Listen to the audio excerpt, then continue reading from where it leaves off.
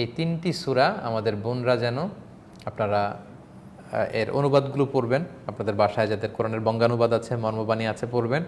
এবং এখন বিভিন্ন অ্যাপসের মাধ্যমে কোরআনের অর্থ তাফসিরের বিভিন্ন অ্যাপস পাওয়া যায়। আমি বোনদের বলবো আপনারা এই 3টি সূরার অর্থ তাফসির পড়ে নেবেন। আপনাদের বিভিন্ন বিষয় এখানে আলোকপাত করা হয়েছে। আসসালামু আলাইকুম ওয়া রাহমাতুল্লাহি তাআলা ওয়া বারাকাতুহু। নাহমাদুহু ওয়া নুসাল্লি আলা রাসূলিহিল কারীম। আম্মা বা'দু ফাআউযু বিল্লাহি মিনাশ শাইতানির রাজীম। বিসমিল্লাহির রাহমানির রাহিম। আল্লাহু নূরুস সামাওয়াতি ওয়াল আরদ। মাসালু নূরিহি কামিশকাতিন ফিহা মিসবাহ। আল মিসবাহু ফি যুজাজাহ। الزجاجة كأنها كوكب دري يوقد من شجرة مباركة زيتونة لا شرقية ولا غربية يكاد زيتها يضيء ولو لم تمسسه نار نور على نور يهدي الله لنوره من يشاء ويضرب الله الأمثال للناس والله بكل شيء عليم صدق الله العظيم رب اشرح لي صدري ويسر لي أمري ওয়াহলুল উকদাতাম মিন লিসানি ইয়াফকাহু কওলি। আল্লাহ তাআলা যারা এল্ডারলি উইমেন তাদের পর্দার ব্যাপারে কিছু শিথিলতার কথা বলেছেন, যে যারা বয়স্ক নারী তাদের পর্দার ব্যাপারে কিছু ছাড় আছে। সেই ছাড়গুলো কি কি আল্লাহ তাআলা এখানে বলছেন যে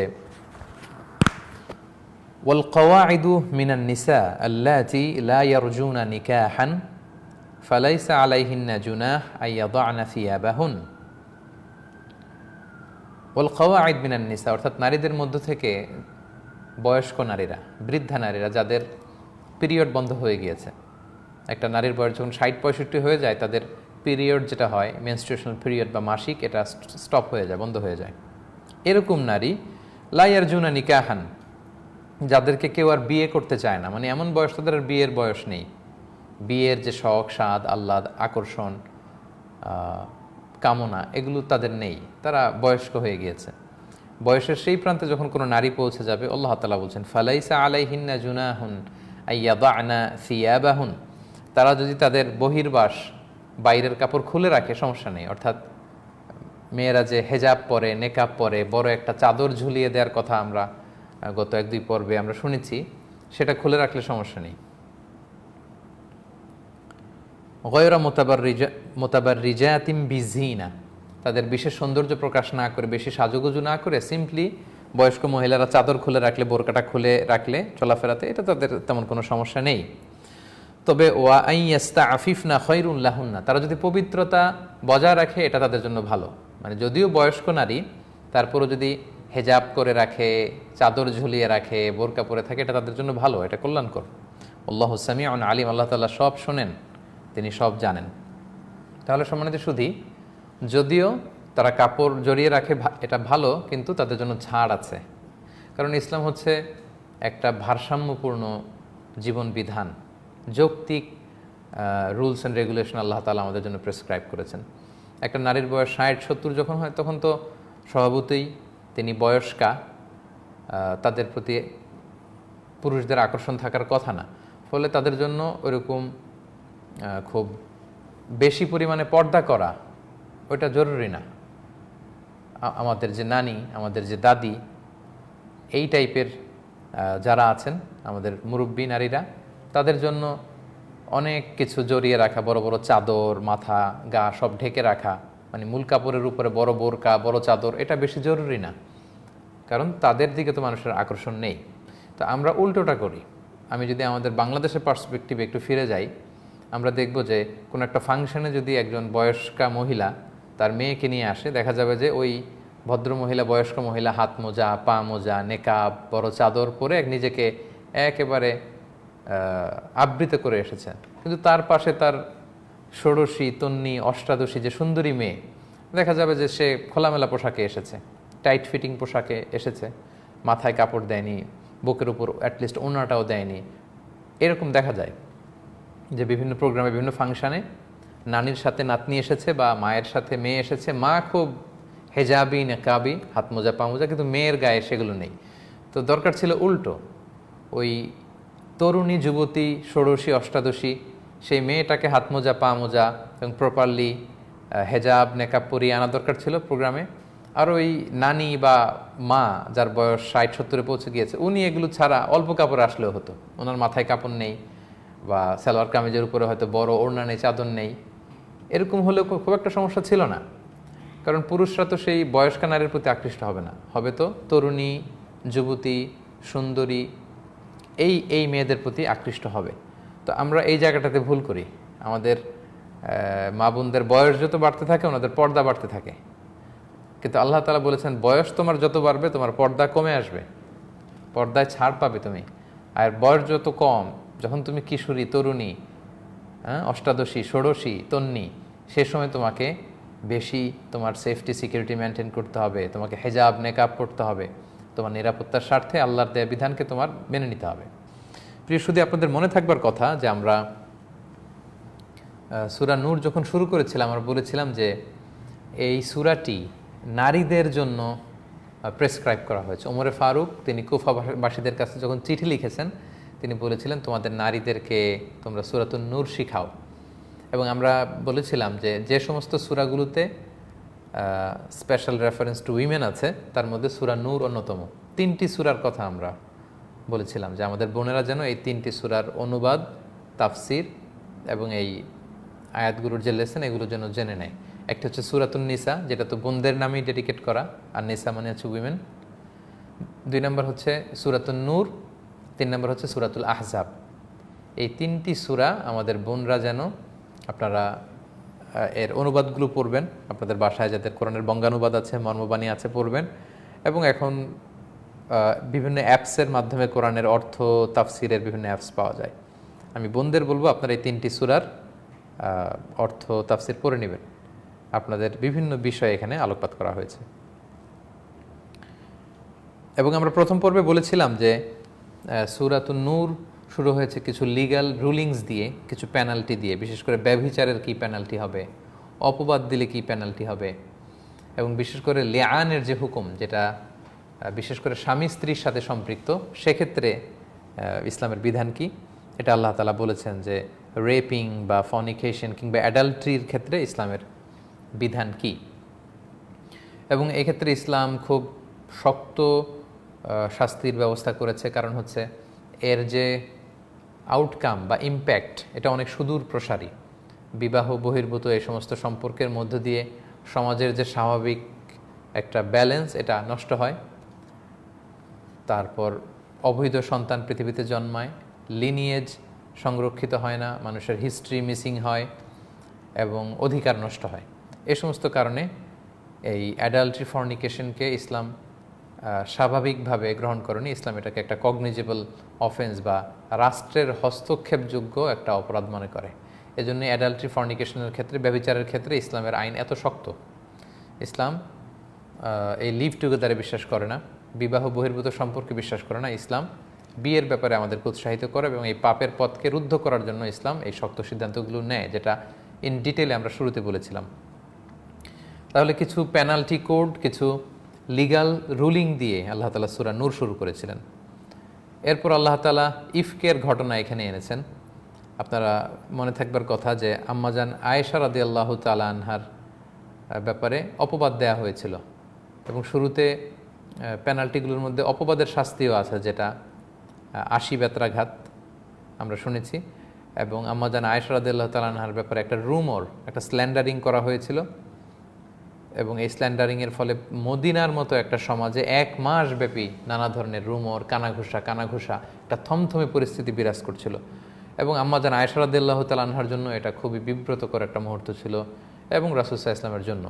কিন্তু পরবর্তীতে মুনাফিকদের মুখে চুনকালি মেখে আল্লাহ তাআলা আরশের উপর থেকে আম্মাজান আয়েশা যে পবিত্রা নারী, তিনি যে একজন নিষ্কলুষ পবিত্রা, পুত পবিত্রা একজন নারী, নারীকুলের জন্য আইকন বা মডেল, তার পবিত্রতা বর্ণনা করে স্বয়ং আল্লাহ তাআলা অনেকগুলো আয়াত নাজিল করেছেন, সুবহানাল্লাহ বিহামদি। এবং আমরা এও শুনেছি আম্মাজান আয়েশার এমন কিছু কোয়ালিটি ছিল যেগুলো অন্য নারীরা পাননি। তিনি রাসূল সাল্লাল্লাহু আলাইহি ওয়াসাল্লামের একমাত্র কুমারী স্ত্রী। তিনি এবং আল্লাহ রাসূল যখন একই কম্বলের নিচে শুয়ে থাকতেন তখন ওহী নাজিল হতো। ওনার কোলে মাথা রেখে আল্লাহ রাসূল সাল্লাল্লাহু আলাইহি ওয়াসাল্লাম ইন্তেকাল করেছেন। ওনার পবিত্রতা কোরআনের আয়াত দিয়ে বর্ণিত হয়েছে, যে আয়াতগুলো আমরা কিয়ামত পর্যন্ত তেলাওয়াত করব, মুখস্থ করব। এবং ওনার ঘরেই কিন্তু আম্মাজান আয়েশা রাদিয়াল্লাহু তাআলা আনহার ঘরেই আল্লাহ রাসূল সাল্লাল্লাহু আলাইহি ওয়াসাল্লাম শুয়ে আছেন। তো এইভাবে আম্মাজান আয়েশার পবিত্রতা আল্লাহ তাআলা বর্ণনা করেছিলেন। ওনার এগেনস্টে যে স্ক্যান্ডাল এসেছিল এটাকে আল্লাহ তাআলা এটা যে মিথ্যা সেটা আল্লাহ তাআলা বলে তার পবিত্রতা আল্লাহ তাআলা বর্ণনা করেছেন। এরপর আমরা দেখেছি যে অন্যের ঘরে প্রবেশ করতে যে অনুমতি নিয়ে প্রবেশ করতে হয় এটাকে আল্লাহ তাআলা খুব গুরুত্ব দিয়েছেন। আমরা জেনেছি যে রাসূল সাল্লাল্লাহু আলাইহি ওয়াসাল্লাম সালাম দিতেন, অনুমতি নিতে বলতেন, কারো ঘরে উকি দিতে নিষেধ করেছেন, কারো প্রাইভেসিতে ইন্টারফেয়ার করতে নিষেধ করেছেন, কারো দরজায় মুখোমুখি হয়ে দাঁড়াতে নিষেধ করেছেন, দরজা খুললে যাতে চোখ পড়ে না যায় ভিতরে, এরকম অনেকগুলো এটিকেটস কিন্তু আমরা জেনেছি। এরপরে আল্লাহ তাআলা বিশ্বাসী অবিশ্বাসী, এরপরে আল্লাহ তাআলা মুমিন নারী পুরুষ উভয়কেই দৃষ্টি সংযত করতে বলেছেন। প্রথমে বলেছেন পুরুষদের, তারপর নারীদের, কারণ এই দৃষ্টি লাগামহীন দৃষ্টি কিন্তু পাপের মূল কারণ, অশ্লীলতার মূল কারণ, এবং যারা মুমিনদের মধ্যে অশ্লীলতা ছড়িয়ে পড়ুক তাদের জন্য কঠিন আযাবের ঘোষণা দেওয়া হয়েছে। এরপর আল্লাহ তাআলা কাভারিং আওরা, নারীরা যাতে ইউদনিনা আলাইহিন্না বিজালাবিবিহিন্না, মাথার উপর থেকে বিশাল ওড়না দিয়ে নিজেকে ঢেকে রাখে, শালীনভাবে রাখে, এটা বলেছেন। নারীরা তাদের সৌন্দর্য যেন প্রকাশ না করে বেড়ায় আমাদের জানিয়েছেন। মুভিং অন, তারপর আল্লাহ তাআলা গার্ডিয়ানদেরকে আদেশ করেছেন তারা যাতে ছেলে মেয়েদের তাদের আওতায় থাকা লোকদের বিয়ে দিয়ে দেয়, এবং যারা ক্যান্ডিডেট আছে বিয়ে করতে চায় আগ্রহী তাদেরকে আল্লাহ তাআলা বিয়ের ব্যাপারে উৎসাহিত করেছেন, এবং যদি অসঙ্গতি হয় তাহলে ধৈর্য ধারণের কথা বলেছেন, এবং অচিরে আল্লাহ তাআলা তার ফদলে তাদেরকে ধনাঢ্যতা দান করবেন বলে ওয়াদা দিয়েছেন। এরপর আল্লাহ তাআলা তিনি যে গোটা বিশ্বকে আলোকিত করেছেন সেই প্রসঙ্গটা টেনেছেন। আল্লাহু নূরুস সামাওয়াতি ওয়াল আরদ মাসালু নূরিহি কামিশকাতিন ফিহা মিসবাহ, সুন্দর একটা প্যারাবল এখানে এনেছেন। আল্লাহ তাআলা যে নূর দিয়েছেন, এবং আলো হচ্ছে আমরা বলেছি যে পৃথিবীর সবচাইতে দামি উপাদান, সবচাইতে দ্রুতগামী উপাদান। এই আলোর অস্তিত্ব না থাকলে গোটা বিশ্ব অন্ধকারে নিমজ্জিত থাকতো। সো আলো খুবই জরুরি, আলো না থাকলে পৃথিবীতে প্রাণ থাকতো না। তো আল্লাহ তাআলা হচ্ছেন এই গোটা বিশ্বকে আলোকিতকারী, এবং তিনি যখন আমাদের রুহের ফুৎকার দিয়েছেন এখানে তিনি একটা আলো দিয়েছেন, ঈমানের আলো। এবং আবার যখন প্রত্যেক উম্মতের জন্য তিনি নবী পাঠিয়েছেন, ওহী পাঠিয়েছেন, সেই ওহীটাও একটা আলো। হৃদয়ের সেই আলোর সাথে ওহীর আলো যখন কানেক্ট করে তখন এটা হয় আলোর উপর আলো, নূর না আলা নূর, লাইট আপন লাইট। এবং এখান থেকে আমরা এই সিরিজের নামকরণ করেছি। এই প্রসঙ্গটি আল্লাহ তাআলা খুব চমৎকারভাবে বলেছেন। বিশ্বাসী অবিশ্বাসীদের কাজের দৃষ্টান্ত এনেছেন, বিশেষ করে অবিশ্বাসীদের কাজগুলো যে অর্থহীন বা মূল্যহীন, মরীচিকার মতো কিংবা সাগরের অন্ধকারের মতো, এই ব্যাপারটি তিনি আলোকপাত করেছেন। তারপর আল্লাহ তাআলা একটু ব্যতিক্রমী ভঙ্গিতে নিজের পরিচয় দিয়েছেন। অনেক জায়গায় আল্লাহ বলেছেন আমি এই করেছি, আমি সেই করেছি, আমি তোমাদের রব, আমি তোমাদের স্রষ্টা।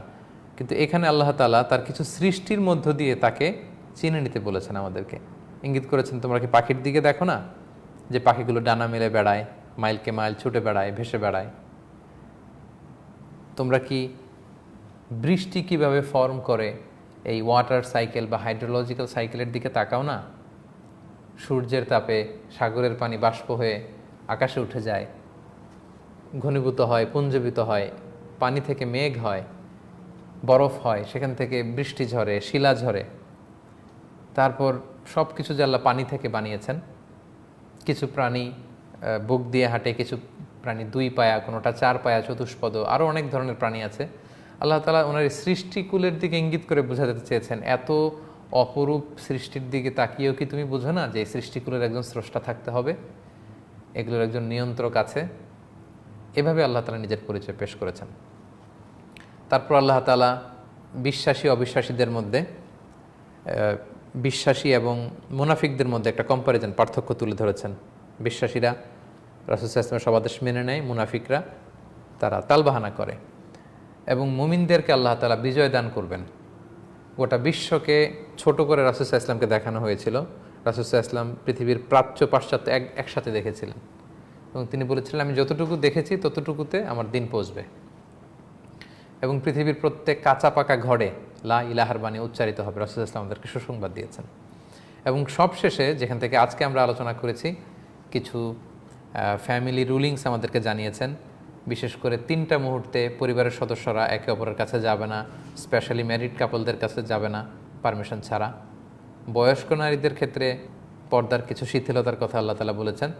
এবং সবশেষে আমরা আমাদের নিজেদের ঘর থেকে, আত্মীয় স্বজনের ঘর থেকে, বন্ধু বান্ধব তাদের ঘর থেকে আমরা চাইলে কিছু খেতে পারি, এবং নিজেদের ঘরে প্রবেশের সময় যেন আমরা একে অপরকে শান্তির পয়গাম শোনাই, সালাম দেই। এই কথা আল্লাহ তাআলা আমাদের জানিয়েছেন। এবং সূরার একেবারে শেষ দিকে এসে আল্লাহ তাআলা কিছু কমিউনাল ইস্যুর ক্ষেত্রে কিভাবে উপস্থিত থাকাটা জরুরি, পারমিশন নেওয়াটা জরুরি, রাসূল সাল্লাল্লাহু আলাইহি ওয়াসাল্লামের স্ট্যাটাস, এই বিষয়গুলো আমাদেরকে জানিয়েছেন। সম্মানিত শুধু সূরাতুন নূর আমরা যদি দেখি, ফুল অফ শারিয়ার রুলিংস, অনেক অনেক রুলিং আমরা এখানে জানি। স্পেশাল রেফারেন্স টু উইমেন, বিশেষ করে নারীদের ক্ষেত্রে অনেক ঘটনা আছে। আমরা বলবো যে আল্লাহ তাআলা দেয়া এই এক একটা সূরা এক একটা জ্ঞানের ভাণ্ডার, এক একটা মহাসাগর। আমরা যত কোরআনের এই জেমসগুলোকে এক্সপ্লোর করতে চাইব, ততই আমাদের নিজেদের জীবন আলোকিত হবে। এবং এই সূরার নামই তো হচ্ছে সূরাতুন নূর বা আলোর সূরা। আমরা কামনা করি এই কোরআনের বরকতে, এই কোরআনের মাসে কোরআনের সাথে সম্পর্কের নবায়নের মধ্য দিয়ে আমরা যেন আমাদের নিজেদেরকে আলোকিত করতে পারি, আমরা যেন আলোকিত করতে পারি আমাদের চারিপাশ, আমাদের গোটা বিশ্ব। আসুন, শুধু রমাদানেই নয়, কোরআন নাজিলের মাসেই নয়, বছরের বাকি মাসগুলোতেও, বাকি দিনগুলোতেও আমরা যেন কোরআনের সাথে সুসম্পর্ক বাড়াই। আমরা যেন নিয়মিত কোরআন তেলাওয়াত করি, আমরা যেন কোরআনের বঙ্গানুবাদ, মর্মবাণী, তাফসিরগুলো রেগুলার পড়ি, কোরআনের ক্লাসে যাতে আমরা জয়েন করি, কোরআনের হালাকাগুলোতে যেন আমরা জয়েন করি, এবং কোরআনের এই শিক্ষাগুলো যেন আমরা আমাদের জীবনে বাস্তবায়ন করি। এবং আপনারা কমেন্টস করে যাচ্ছেন, আমরা কিছু কমেন্টস আপনাদের জন্য আবারও পড়ে শোনাচ্ছি। কক্সবাজার থেকে আমাদের নাইম সিদ্দিকী আবির ভাই দেখছেন, শাহিদুল ইসলাম শাওন দেখছেন কুড়িগ্রাম থেকে, ফিরোজ উদ্দিন দেখছেন সিঙ্গাপুর থেকে, আতাউর রহমান দেখছেন ইন্ডিয়ার মুর্শিদাবাদ থেকে, এ কে এম সাইফুল ইসলাম জামালপুর থেকে,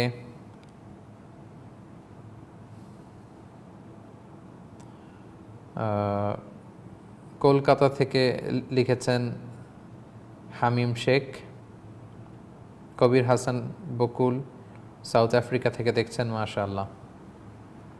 শাহনুর রহমান যশোর থেকে।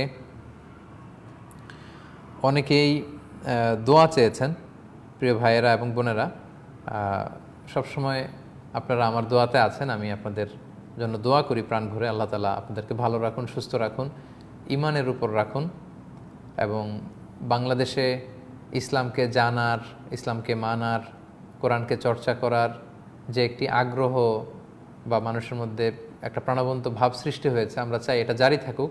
আমাদের যুবক ভাইরা এখন কোরআন শুনতে চায়, ইসলামের বিধিনিষেধগুলো মানতে চায়, ইসলামিক লাইফস্টাইলে তারা অভ্যস্ত হতে চায়।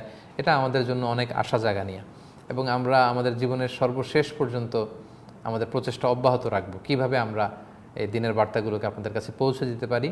এবং আমাদের সৌভাগ্য যে আমরা এই বিশাল বরকতময় কাজের গর্বিত অংশীদার হতে পেরেছি, বা আল্লাহ তাআলা আমাদেরকে দিয়ে দিনের কিছু খেদমত নিচ্ছেন, বা আমরা কথা বলতে পারছি। আল্লাহ তাআলার শুকরিয়া। এবং যারাই দোয়া চেয়েছেন বিভিন্ন সময় লাইভ সিরিজের কমেন্ট বক্সে, আপনাদের প্রত্যেকের জন্য অনেক অনেক আন্তরিক দোয়া রইল। আল্লাহ তাআলা সবসময় তার সন্তুষ্টির পথে আপনাদেরকে অবিচল রাখুন। খালিলুর রহমান লিখেছেন, আলহামদুলিল্লাহ, সৌদি আরব থেকে শুনছি। মাহবুব খোকা নারায়ণগঞ্জ থেকে, ইয়াসমিন ইতি পঞ্চগড় থেকে অনেকে লিখেছেন, জি জি অবশ্যই শুনতে চাই, এরকম আরও লাইভ আমরা দেখতে চাই। যে ইনশাআল্লাহ প্রিয় ভাইরা, আমরা প্রতি রমাদানেই কোনো একটা সূরার আলোকে ধারাবাহিক লাইভ সিরিজ করেছি, এবং আপনাদের শুনবার জানবার আগ্রহ থাকলে আমরা হয়তো রমাদান ছাড়াও অন্য কোনো সময় একটা টাইম ফ্রেমে ধারাবাহিকভাবে কোরআন থেকে এভাবে রিফ্লেকশন বা লেসনগুলো নিয়ে আমরা আলোচনা করবার প্রত্যয় ব্যক্ত করছি ইনশাআল্লাহ বিইذنিল্লাহ। সাইমা শিহান জার্মানি থেকে দেখছেন, শেখ অন্তরা জাহান মিরপুর থেকে,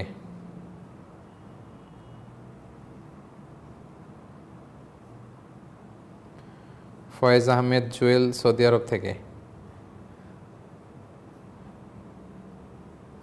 মাশাআল্লাহ, তাবারাকাল্লাহ। মাহমুদ রাসেল চিটাং থেকে, মাহমুদ সবুজ আহমেদ কুড়িগ্রাম থেকে।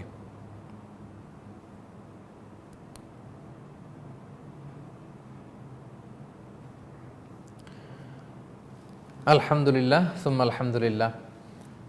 আল্লাহ তাআলার শুকরিয়া আদায় করছি, যার অসীম কৃপা এবং দয়ায় সকল ভালো কাজের পূর্ণতা পায়। এবং যারা আমাদেরকে সাপোর্ট করেছেন, যারা আমাদের প্রোগ্রামগুলো শেয়ার করেছেন এবং নিয়মিত অডিয়েন্স হিসেবে উপস্থিত থেকে আমাদেরকে কোঅপারেট করেছেন, আপনাদের সবাইকে আবারও আন্তরিক শুভেচ্ছা। আল্লাহ তাআলা আপনাদের সবাইকে ভালো রাখুন, সুস্থ রাখুন, নিরাপদে রাখুন। সুবহানাকাল্লাহুম্মা বিহামদিকা আশহাদু আল্লা ইলাহা ইল্লা আনতা আস্তাগফিরুকা ওয়া আতুবু ইলাইক। হাযা মা ইনদি ওয়াল ইলমু ইনদাল্লাহ আলাইহি তাওয়াক্কালতু ওয়া ইলাইহি উনীব।